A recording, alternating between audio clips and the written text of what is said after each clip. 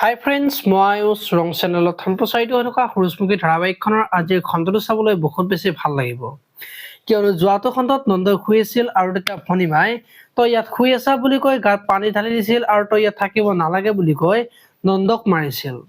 আৰু চুৰি এখন লৈ অহাত নন্দই ওলোটাই ভনীমাক মাৰিবলৈ লোৱাত ভনীমাই হেল্প হেল্প বুলি চিঞৰি থকা দেখিবলৈ পাইছিল। আজিৰ খণ্ডটোত নন্দই ভনীমাক মাৰিবৰ কাৰণে চেষ্টা কৰি থাকিব আৰু তেতিয়া ভনীমাই চিঞৰি থাকিব আৰু সেইখিনি সময়তে অমৰ আহিব আৰু ভনীমাক বচাব আৰু ভনীমাক কি হৈছে বুলি সুধিব।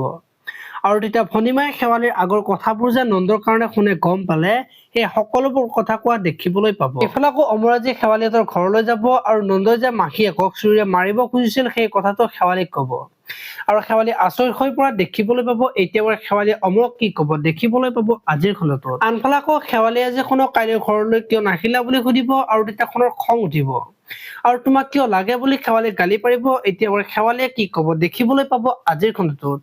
আপোনালোকে সূৰুযমুখী ধাৰাবাহিকখন চাই কেনেকুৱা পায় কমেন্ট কৰি জনাব আৰু যদি আপোনালোকে এতিয়ালৈকে চেনেলটো ছাবস্ক্ৰাইব কৰা নাই তেতিয়াহ'লে চেনেলটো ছাবস্ক্ৰাইব কৰি ভিডিঅ'টোত এটা লাইক কৰি দিব। ধন্যবাদ।